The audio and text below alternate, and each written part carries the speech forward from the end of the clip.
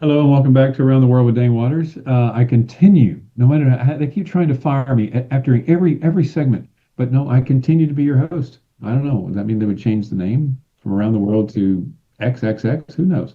Anyway, we're very honored to have with us today Thomas Munson, who's a journalist from the UK. Welcome, Thomas. How are you this morning? I'm very happy to be back on the show, Dane. Listen, it's always an honor. And so let's just get started here. We have a lot to talk about that you're there in the UK. I don't know where to be. Let me start here.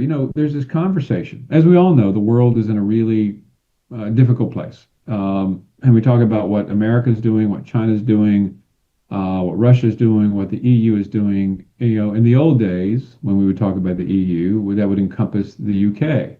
But the UK is kind of just a little standalone. Listen, I love the UK. I spend most of my time there. But the UK now is just a little standalone island, and really can't, where does it fit? And where does it fit in the world these days? It's not really, I can't say it's a American ally because things are a little strained, but who knows? And it doesn't really fit into the EU. But talk to us does the UK need to kind of go back to the EU? Yeah, I think there are sort of two competing realities. I think when politicians were advocating for leaving the European Union, there was quite a strong vision for a global Britain. The UK being quite uniquely placed actually to be a bridge to many different parts of the world. Of course, you still have the Commonwealth and the Anglosphere and Five Eyes, and I think there was certainly a vision that the UK could be a bridge between the EU and the US, and in that sort of way. And the reality, I think, since we voted to leave the EU, is actually something very different. As you said, I think we look somewhat isolated now. I know that people like Boris Johnson and Keir Starmer now have been very prominent when it comes to securing funding for Ukraine and the defense against the Russian invasion. But actually, if you're the US and you want to have a serious conversation about European security, your first phone call is not going to be to Keir Starmer. It would be to somebody like Emmanuel Macron, Merz in Germany. And so, in that sense, leaving the European Union has definitely diminished the UK's ability to lead on the world stage. And I think you're right when you say that really, the UK has to almost accept the fact that it's just a sort of relatively mid-sized island economy off the coast of a major power. And I think it's going to take a long time for Britain to come to accept that. Well, yeah, I mean, yeah, well, listen, what makes UK more than just an island, as we all know, is the fact that it does have nuclear weapons, and I Yeah. think that kind of, gives it a little bit more clout than, I mean, honestly, I would think that if it wasn't for its military nuclear capabilities, that, it probably would be even lesser down the food chain, as they say. But let's take a very specific example about, Greenland. Greenland, let me back up. The UK is part of NATO, right? Still part of Mhm. NATO and will continue to be part of a key cornerstone to NATO, founding member of NATO. But Greenland, for example, as we all know, ever since Trump decided to, take Maduro in the middle of the night from Venezuela, he feels more emboldened about taking Greenland by whatever means, as he says, not my words, by whatever means are necessary. But where does that put the UK? I mean, first of all, I'd be interested is what do most Brits feel compelled to protect Greenland? That's A. And B, if there was, a military action against Greenland to take it, it's part of the EU, whereas, the UK isn't. I mean, help us walk us through that scenario. Yeah, I think just quickly before we address that on the nuclear weapons thing, not that long ago, the UK we tested our nuclear weapons and we failed to launch the test missile that we were going to launch. So I'm not actually convinced that if we wanted to fire a nuclear weapon that we'd be able to, which is quite concerning. But in terms of the mood on Greenland, Oh, by the way, um, Putin, don't listen to that statement, okay, Putin. Vladimir, don't listen to what he just said, okay? So, yeah, if anybody from the FSB is listening, just pretend I didn't say that. In terms of the mood on Greenland, I think really it sort of compounds this growing anti-American sentiment, I would say, amongst the population in the UK. I think there's a quite strong sense of betrayal that our closest ally would consider invading an autonomous region that belonged to another democratic ally of ours. And I think that if America did try to annex Greenland, I think we'd go back to sort of transatlantic relations we've not seen since before World War II. I mean, there'd be a massive reset in that regard. But in practical terms, on your second question, what would the UK actually do in such a scenario? Without wanting to sound too pessimistic, I'm not really sure that the UK could/would do very much at all. I mean, the UK in reality is borderline a satellite state of the United States in real terms. If you want to look at our military hardware, a lot of it has American components, or it's just American made anyway. If you look at our banking system, our financial system, we use American digital infrastructure to operate that. So the idea that the UK would be able to kind of come to Greenland's aid in any kind of military sense is not realistic, unfortunately. What Keir Starmer has said is that he wouldn't allow UK air bases to be used by the US in attacking Greenland, which I think is really kind of the bare minimum that you can say. It's like, okay, we're not going to stop you, but you can't use our air bases. So I wouldn't be relying on the UK to come to Greenland's aid at this time, I'm afraid. Well, it's sad. I mean, when you think about, one thing we talk a lot about in the show is that the importance of freedom and democracy, and I always put this caveat out there. Listen, I'm a proud American. I love America. I love my country. But we have for the first time in my generation, honestly, a president of the United States that does not talk about the importance of protecting freedom and democracy. He's a very transactional president. Some people think it's a good thing. Some people don't. My next guest after you will be having that conversation. But the reality is, if we talk about the protector of freedom and democracy around the world, I mean, the UK, honestly, is really one of the key defenders of that. And so let's just go to another part of the world. Let's talk about what's happening in Iran, where all the protest is happening there, and the importance of protecting freedom and democracy. And I mean, where does the UK stand on what's happening in Iran these days? Yeah, I mean, I think first of all, from a sort of more geopolitical point of view, it's very much in the UK's interest for there to be regime change in Iran. You've had something like 20 foiled terrorist plots in the UK in the last couple of years that have all linked back to either Iran directly or Iranian-funded organizations. I think that the UK would definitely support the US in some kind of action if the US was looking at taking action. Although that may look something more like logistical support or supporting with intelligence in some way, as opposed to like direct military involvement alongside the US to topple the regime. I mean, in the UK, actually, we're sort of talking about the UK's maybe diminished role in the world at the moment. They do have a particularly unique role with Iran, where a couple of years ago, as you'll know, the United States prescribed the IRGC, which has led to a sort of complete breakdown in diplomatic relations between the United States and Iran, of the current regime anyway. And so during that time, the UK has actually served as something as a conduit between the United States and Iran when it comes to diplomatic relations. And, when we look when the United States has acted in the Middle East, the UK has often provided some kind of support as well, whether it's logistic or the contribution of fighter jets in airstrikes against Iranian-backed terrorist groups such as the Houthis. Well, it was interesting the other day, which you rarely, like, let's take the Middle East as a whole. I mean, usually the United States leads most of the major assaults there, but it was interesting.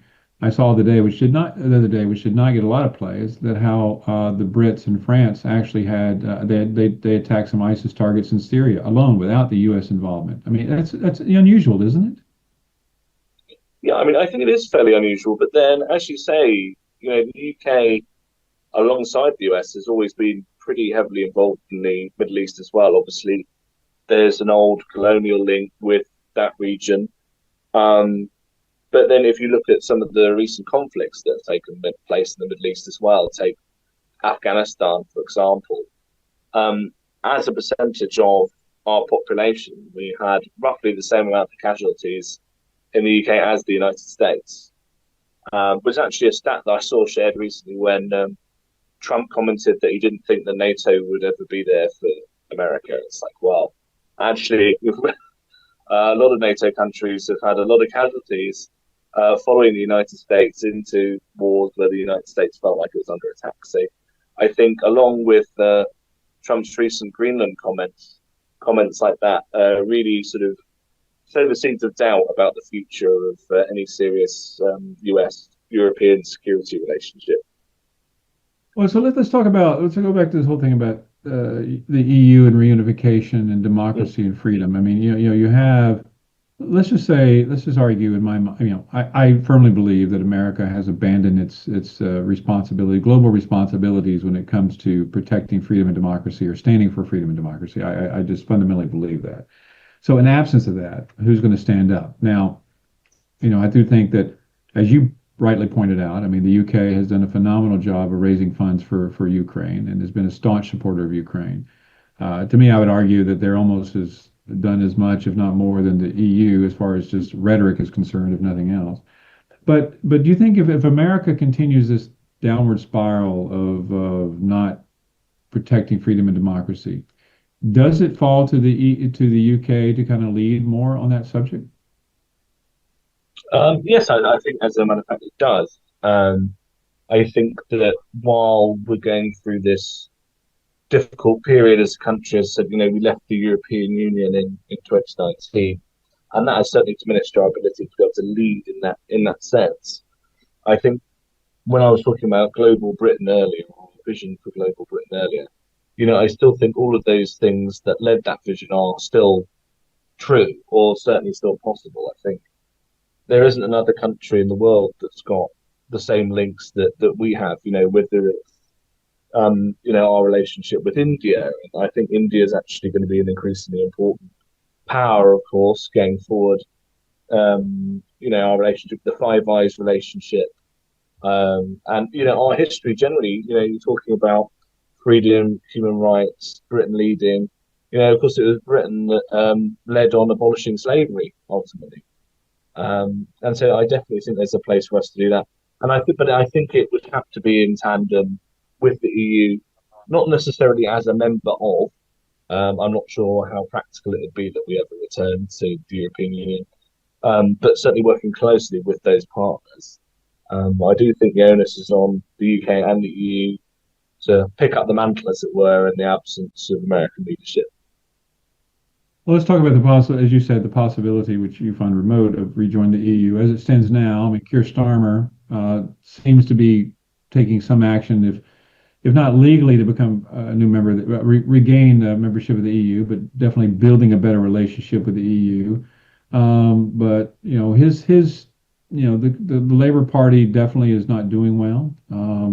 The Conservative Party or the Tories clearly aren't doing well. And if we fast forward, as we've talked about before, to the next election, pretty much all the odds makers are saying that reform will kind of honestly take over the leadership of the country, which is run by Nigel Farage. But let's talk a second about there was a major defection yesterday from the Tories to somebody, by somebody that we mutually know. Talk to us about Nadeem Zahawi and what happened. Yeah. Just so your listeners, your viewers are aware, I worked for Nadeem Zahawi for 2 years. So I started working with him when he was the vaccines minister at the time. So during COVID, he was the minister responsible for vaccine deployment. And I think that particular ministerial role is probably amongst the British public the thing that he's most synonymous with. It was a rare success story when it comes to government programs. And so he's always maintained a relatively good reputation off the back of that.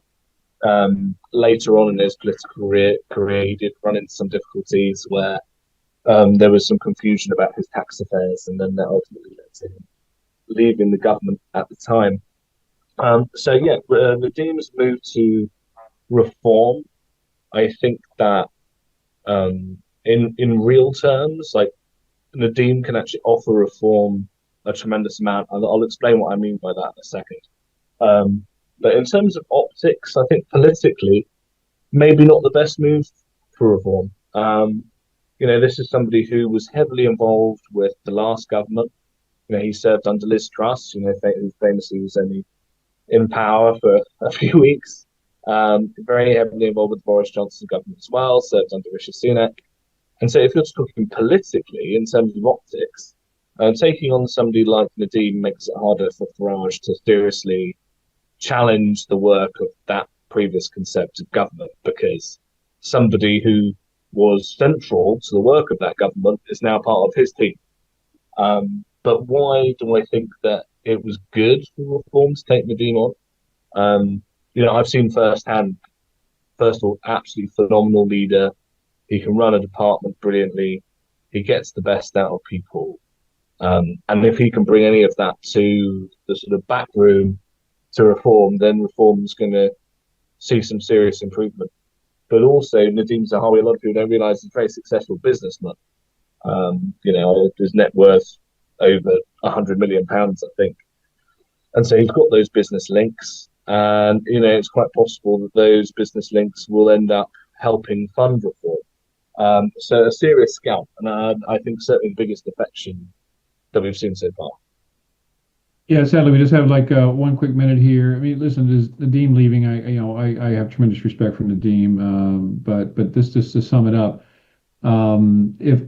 if reform does win in the next election, with people like Nadeem, I mean, what do you think? Do you think that that bodes that well for reintegration possible with the EU, or you think it's going to build a bigger divide between the EU and the UK? It would inevitably lead to a much bigger divide. Nigel Farage is very much a toxic figure within the EU. Of course, many European politicians will remember when he was a serving member of the European Parliament and was a constant thorn in their side. There have been concerns before as well that Farage has sort of parroted Kremlin talking points in the European Parliament as well. Yeah. And that would inevitably lead us to move further away from Europe, but probably closer to the US. So it'll be interesting to see how things play out.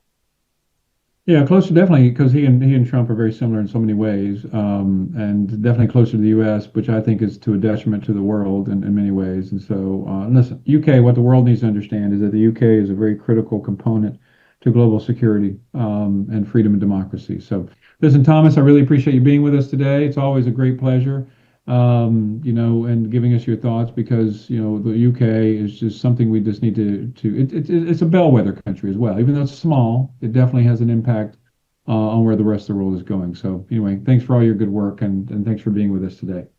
Thanks for having me back on.